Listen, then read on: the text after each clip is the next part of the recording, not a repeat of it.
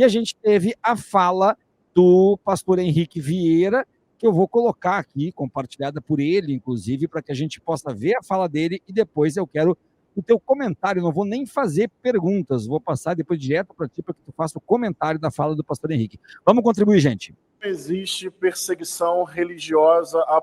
Vamos botar porque bem no início, para não parecer que ele falou que não falou. Existe perseguição religiosa a pastores no Brasil. Silas Malafaia está sendo investigado por tentar coagir a justiça brasileira e atacar a democracia. Ele não está sendo investigado por pregar o evangelho. Já faz tempo que Malafaia decidiu bolsonarizar e não evangelizar. E eu lamento profundamente isso.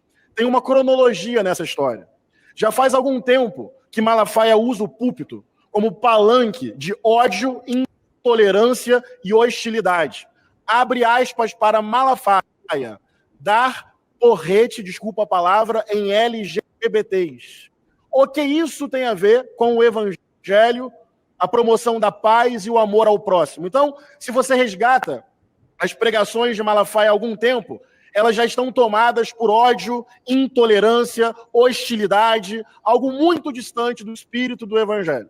Mas, num segundo momento, Malafaia dobrou a aposta e trouxe Bolsonaro para o púlpito, para fazer do púlpito um lugar de palanque eleitoral e ideológico, o que é extremamente absurdo, porque você desrespeita a liberdade de consciência, de expressão e de voto de cada irmão e cada irmã. Então, transformou o púlpito num lugar de propaganda política para Bolsonaro e a extrema-direita. Isso se evoluiu.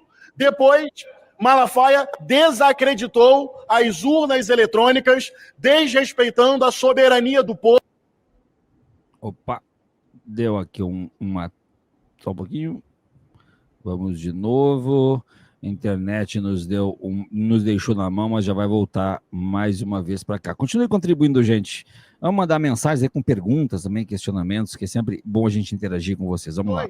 Democracia a gente ganha, a gente perde. Mas Malafaia aumenta o seu poder contra a democracia, questionando o resultado eleitoral. E, por fim, Malafaia organiza manifestações antidemocráticas para tentar coagir a justiça e livrar Bolsonaro. E agora ele se martiriza, se heroiciza e usa a igreja, mais uma vez, uma relação utilitária para se dizer perseguido. No fundo e no fim, parece que ele deseja ser preso para se heroicizar, se autoproclamar, dizer que há perseguição. Mas não há perseguição religiosa contra pastores no Brasil. Malafaia usa a igreja, utiliza a igreja para a propaganda ideológica, para o bolsonarismo, para a mobilização do ódio, para a intolerância, para atacar a democracia e tem que ser devidamente investigado.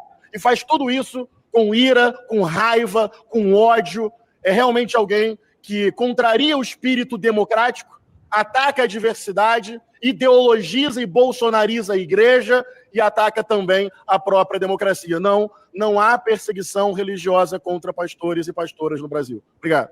Perfeita fala do pastor Henrique Vieira. Antes de passar a palavra para o Sérgio, dar um recado rapidamente aqui para vocês. Sempre tem aqui, não é a maioria da nossa comunidade, muito longe disso, mas sempre tem um ou outro aqui que manda os recados de mesma natureza. Vocês falam demais do bolsonarismo, vocês falam demais do malafaísmo, vocês falam demais da direita, vocês falam mais da extrema direita. Vamos falar do nosso lado, do que tem de bom do nosso lado. Talvez a gente não tenha entendido o que aconteceu no Brasil nos últimos anos. Eu acho que deve ser esse tipo de problema, porque nós vamos fazer o quê? Fechar os olhos para tudo que está acontecendo? A gente tem parlamentares bolsonaristas com interlocução com a Casa Branca, trabalhando com Trump contra o Brasil e de forma muito austera, de forma muito rígida. Nós temos um parlamento no Brasil que tenta, de todas as formas, articular uma anistia para os golpistas do 8 de janeiro e tenta aliviar penas a todo instante para aqueles que fazem parte do primeiro núcleo que começa a ser votado a partir do dia 2 de setembro. Articulam também para lançar um candidato para, de todas as formas, ganhar uma eleição, para dar indulto para o Bolsonaro e anistia, se tudo para eles der errado, depois que forem eleitos, tomarem esse tipo de decisão.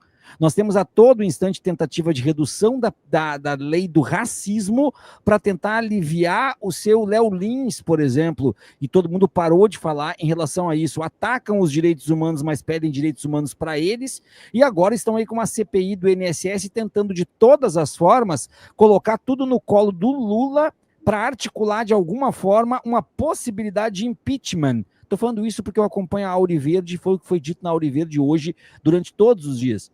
Estão também articulando nos bastidores para que as escolas cívico-militares, que ninguém mais está falando, se expandam por todo o território nacional e virem modelo a partir dos municípios e dos estados. Então a gente não pode simplesmente achar que vamos parar de falar deles e vamos falar de nós, porque isso é tipo fazer catequese, sabe? Vou para a igreja para falar para os meus. Não. Gente, desculpa, mas não é por aí. A gente precisa um pouco mais de prudência, também de estar com um passo à frente e saber que outrora problemas ocorreram justamente por taparmos os olhos e achar que estava tudo certo, que eles eram uma cambada de imbecis. Esses imbecis tomaram o país de assalto por 4 anos no executivo e continuam com o país tomado para eles no parlamento. Então era isso que eu queria dizer. Agora sim, 17 horas em ponto. Sérgio, Silas Malafaia nos últimos dias tem tentado de todas as formas acumular apoios para poder compartilhar nas redes dele e tem, curiosamente, publicado apoios de pessoas sem nenhum tipo de expressão no meio evangélico.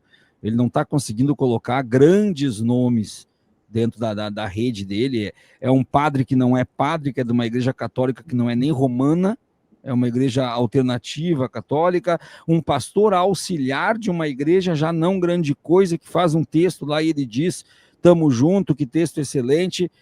Caiu a casa definitivamente, vai ser esquecido pela história, independentemente de ser preso ou não, ou ainda tem um pouco de pólvora para queimar o nosso pastor preferido?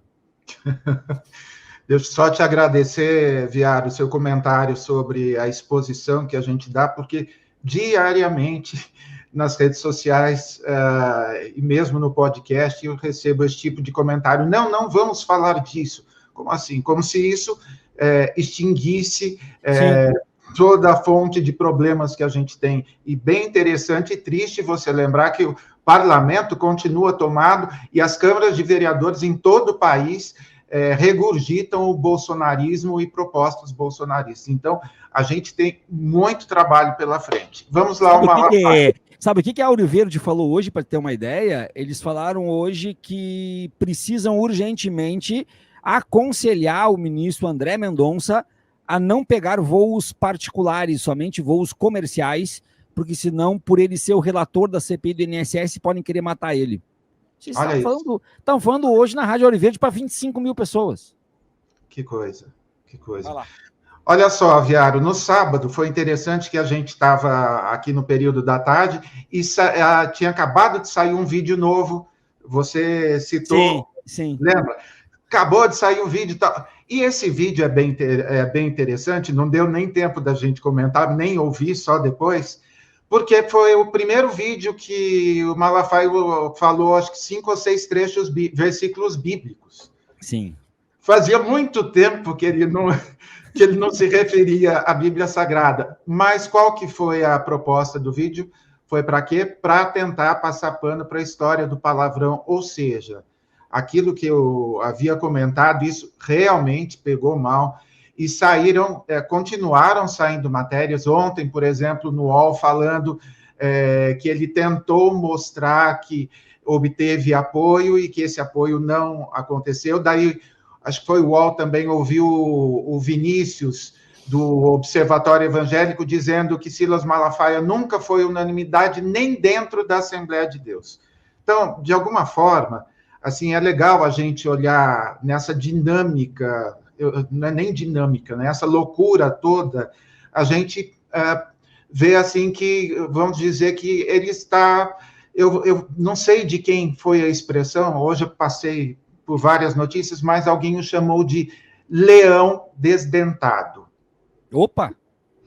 Então, eu gostei muito disso, porque, na verdade, ele continua rugindo, mas ele está banguela e, assim, sem saber muito o que fazer. Tanto que já começa a se aventar quem são os potenciais substitutos. Então, alguns já se equivocaram e foram para o lado lá do Ottoni de Paula, achando que o lance dele falar bastante seria a mesma coisa que trocar um pelo outro, não tem diferença. É um cara, como eu diria, venal. É só você colocar a plaquinha que daí ele vai para lá. E ao contrário, ele é encarregado de fazer a ponte de Ronaldo Caiado com os evangélicos. Ele foi contratado para isso. Então, ontem eu vi a colunista da Folha falando que talvez o Ottoni de Paula seria, ou seja, só sobrou isso para a gente, sai o Malafaia, entra o Ottoni de Paula, meu Deus, é a mesma coisa que você escolher morrer por tiro, por facada, ou ser enforcado, porque assim, isso definitivamente não é a igreja evangélica, nunca foi a igreja evangélica. Então, ao mesmo tempo que a gente tem um histriônico, que a gente tem alguém gritando desesperadamente, a gente tem aí em todo o país um montão de pastores legais. É só olhar a palavra agora do pastor Henrique Vieira, um dos poucos caras que, não sendo absolutamente a favor do Estado laico, não esconde o pastor e não usa o pastor como carteirada. Sim, com certeza.